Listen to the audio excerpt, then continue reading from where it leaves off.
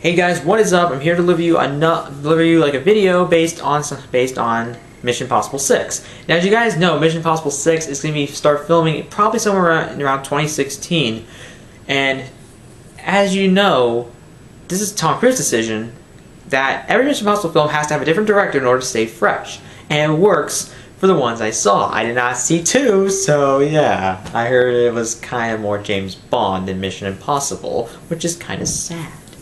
Now, here's the directors that have been involved with the Mission Impossible franchise so far. Brian De Palma, John Woo, J.J. Abrams, Brad Bird, and Christopher McQuarrie.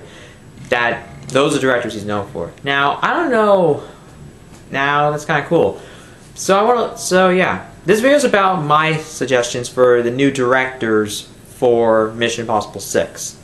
One that I think really comes to mind quickly is Bryan Singer. Bryan Singer has worked with Tom Cruise before. I think it was on the movie Valkyrie. I think that's the only. I'm not sure that's the only film he's worked on, but it's obvious that he's collaborated with him before. And of course, you know about Bryan Singer's filmography. I mean, this guy is a very talented guy, and he's been involved. I mean, if you want to be more clear on the action franchise, let's see. He's involved with the X-Men franchise, and of course, he did a lot good for it. I mean, with the first X-Men, he really made superheroes a huge thing. Superhero movies a huge thing, and he followed upon the success with X2, which is a sequel that, in my opinion, I think is better than the first one. And yes, he did leave for 3, and I didn't hear the best things about it. I still haven't seen it. I know Brett Ratner directed that. I know he doesn't get the best rap in Hollywood. But however, First Class, he was a producer. Singer was. And Matthew Vaughn was involved as a director. It helped bring the franchise back up and help regain its footing and put it back on top. But luckily, thanks to Bryan Singer's return as director for Days of Future Past, it was a major high point for the franchise. Not only is it the most successful, it's also the most well received, and it might be my favorite. I'm still debating. This is the thing though, this guy really can do action well, and he can also blend in some great filmmaking with it. See, he can really also tell a story. And who knows, he may add some more narrative, more emotional heft to Mission Impossible. That's one of my ideas, because he can do a lot more with a story than you may think the Mission Impossible films do. Mission Impossible films, there are some moments of emotional, that crap, and tension, but I feel like he could probably lend more to it, especially with emotional heft. That's just one suggestion I really like. Another one is Doug Liman. Now, as you case want to know, last year, Doug Liman directed Tom Cruise in Edge of Tomorrow, which is a film that I think really should have been more successful than it was. But luckily for me, even though it was not really that perfect, I still really liked it. And it was one of the most unique films and one of the most different of 2014. What I mean by different is that it's not the same thing. Tom Cruise actually plays a coward, and I thought he did pretty good with it. It actually had a pretty clever story. It was actually pretty funny. That was actually one of the biggest surprises for me. They also blended practical and special effects. They were great. The action was great. It was a lot of fun, but it also does have good characters and surprising heft to it, and very tense. When you think about it, it's kind of weird, because I mean, you know the fact that, oh my god, he just keep dying, repeating over and over again. It's not really that okay. It's more about the circumstances he gets into that kind of brings in the tension. So you can actually find something out of something that you can actually find something intense out of something that can really be more restrictive in terms of suspense or tension. I have to give major credit to Doug Liman for that. That guy can do well. I mean, he also got praised for the Bourne Identity. I still haven't seen it. I own the Bourne trilogy, guys, but I will watch them. Hey, I'm at home. I can probably watch them today. But yeah, I do know he directed them, but I still haven't watched them. Hate on me. I'll watch them one day. But also, he made Mr. and Mrs. Smith. I don't know much about that. I just know this guy can do action well. See, Edge of Tomorrow is really the only real film I've seen from Doug Liman, but knowing that he also got praised for Bourne Identity, which is the only film he directed, that's proof that he can do action well, and I would like to see him do that. He's also working with Tom Cruise again on an outer space heist film set partly on the moon. I think it's called Luna or something like that. I don't know, but I just know he's working with him, and I think he could be another good suggestion.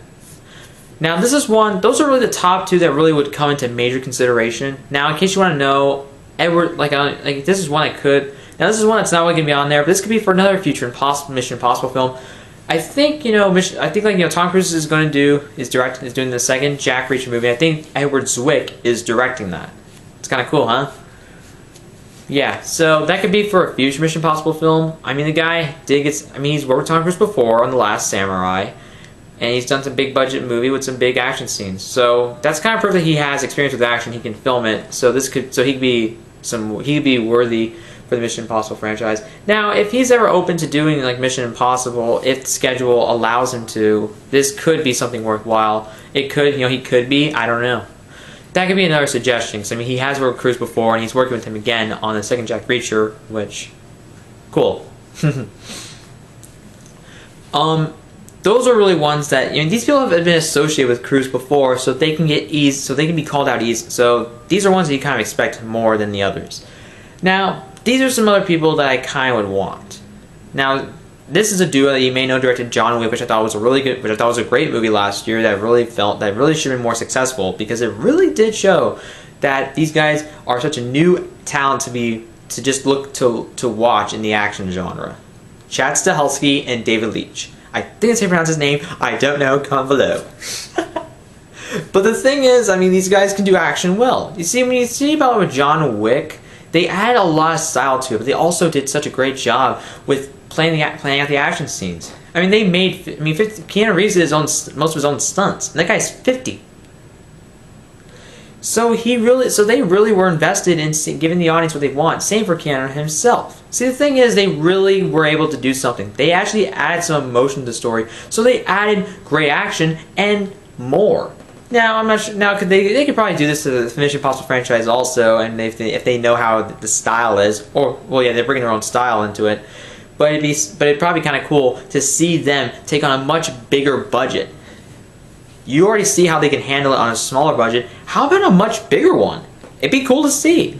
And to be honest, I think they can do it. Because I mean, I know filmmaking process is hard, and especially when it comes to action. And knowing how they did it with John Wick, I would like to see him be giving a bigger budget and a lot bigger team, much bigger team, and a much bigger film. I would like to see how they handle that. And to be honest, I think they're qualified to do it. They have the talent, and they can really sell action. I mean, what else do I have to say other than they're one of my suggestions? Seriously, probably give them a shot. Be kind of cool.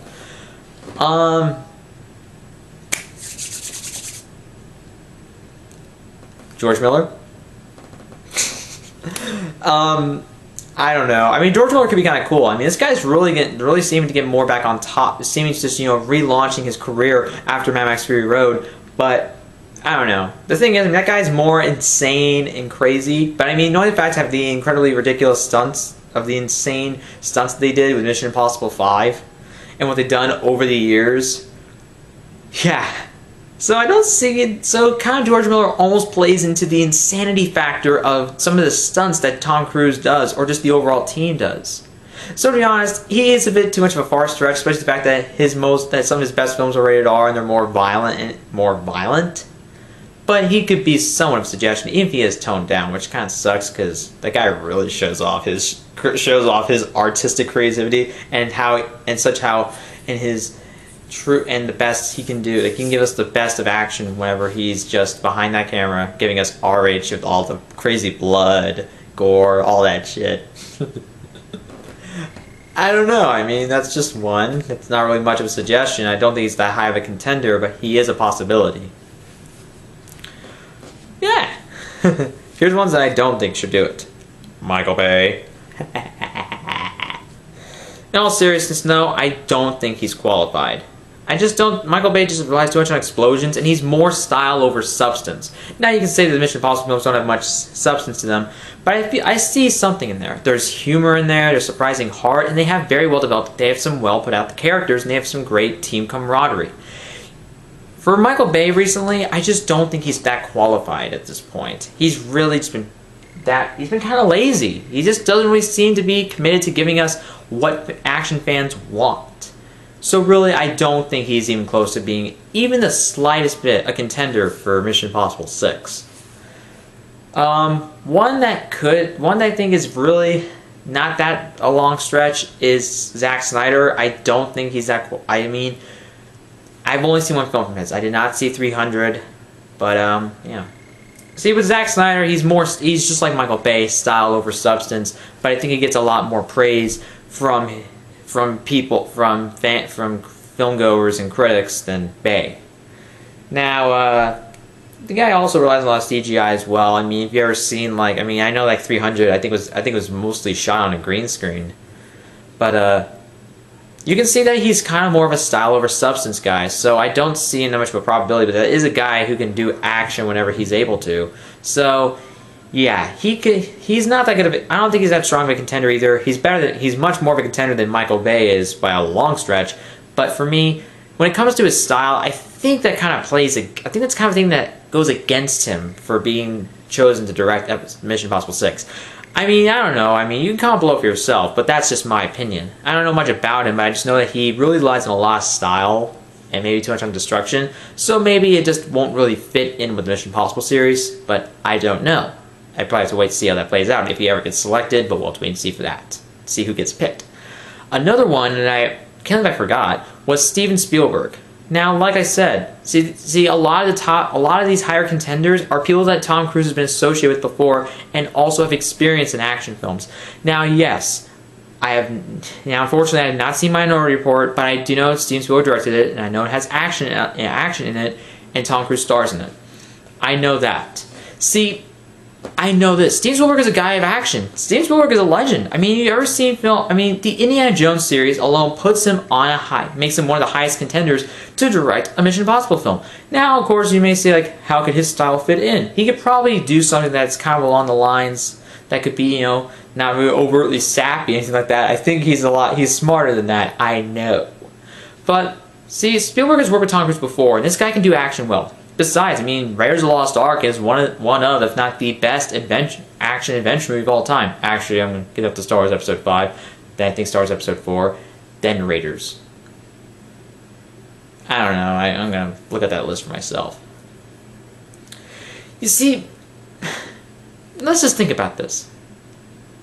See, when we look at it, Spielberg is a guy who has done action before, and he can do action perfectly. Even with Saving Private Ryan, there's a lot of handheld cam that shakes a lot. It's not really shaky cam. It's not particularly shaky cam, but he can do it in a way that's stylish and fits in. It makes you feel like you're in the action.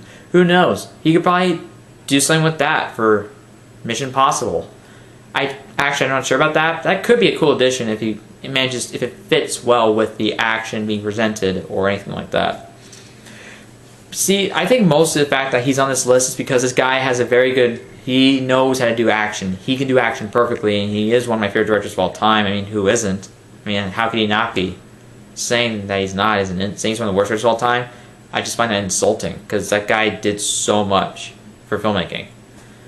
A lot of people have. I mean, George Lucas also. George Lucas, this guy's semi-retired, and to be honest, I don't see him doing it.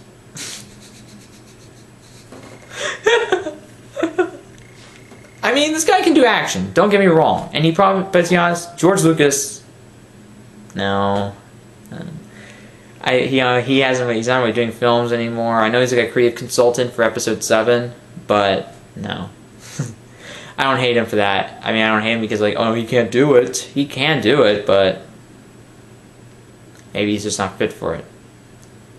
I'm kidding. If there in any world, I think if he was ever still directing, I think he could probably do it. But when has he worked with Tom Cruise before? Well, Steven Spielberg and George Lucas are friends, so you can see some sort of connection there.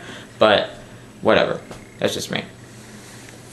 That's